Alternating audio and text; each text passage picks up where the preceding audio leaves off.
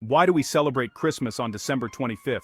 Each December, Christians throw a collective birthday bash to celebrate the anniversary of Jesus' arrival on Earth.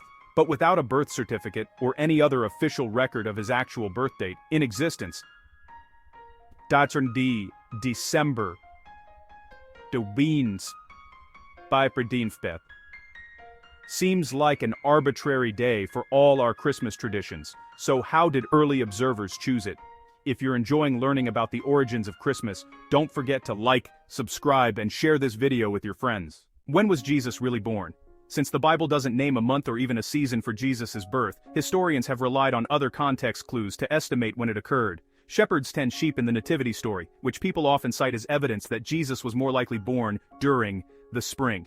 Others argue that Israel's mild winter temperatures allow sheep to graze even in December. According to Slate, it's also possible that sheep set aside for religious sacrifices may have been given free rein, frigid night or not. One clue pointing specifically to December 25th comes from the story of Mary's cousin Elizabeth, who approached old age without having given birth to any children. One day her husband, a priest named Zacharias, was burning incense in the temple when the angel Gabriel appeared to him with good news: Elizabeth would bear a son.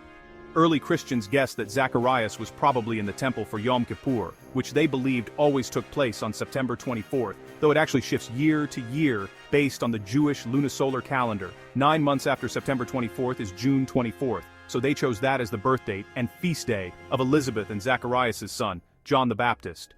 When Gabriel later visited Mary to let her know that she'd bear a son too, he mentioned that Elizabeth was in her 6th month of pregnancy. That means Jesus would have been conceived in late March and born in late December, the night of December 24th to be exact, or the early hours of December 25th.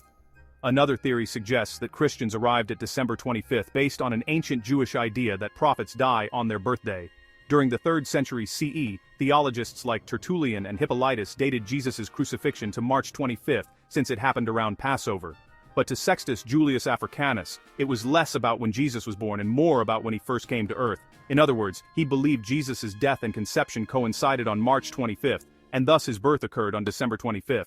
The early history of Christmas. Even if Zacharias was in the temple on September 24th, Gabriel did visit Mary exactly 6 months later, and Jesus was born right on his due date. It's still possible that we celebrate Christmas on December 25th for a different reason altogether. While 3rd century Christians were busy worshipping the Son of God, some of their pagan counterparts were busy worshipping the sun god. In the 270s, Roman Emperor Aurelian popularized the cult of Sol Invictus, or the unconquered sun, whose feast day was celebrated on December 25th. According to John Carroll University history professor Joseph F. Kelly, other Romans revered a Persian god, Mithra, whose feast day also may have fallen on December 25th.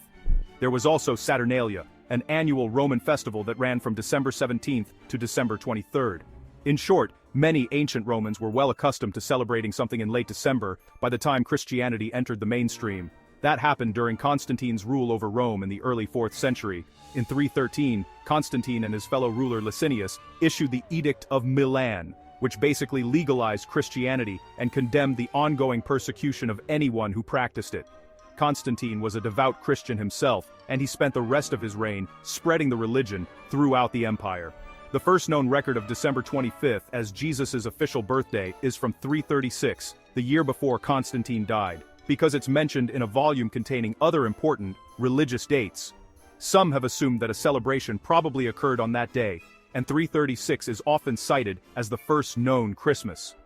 Whether Christians celebrated Christmas on December 25th before 336 may forever be unknown, but we do know that the custom quickly caught on. By the end of the 4th century, Christian bishops were holding Christmas Mass all over Rome, and pagan festivals soon fell out of fashion.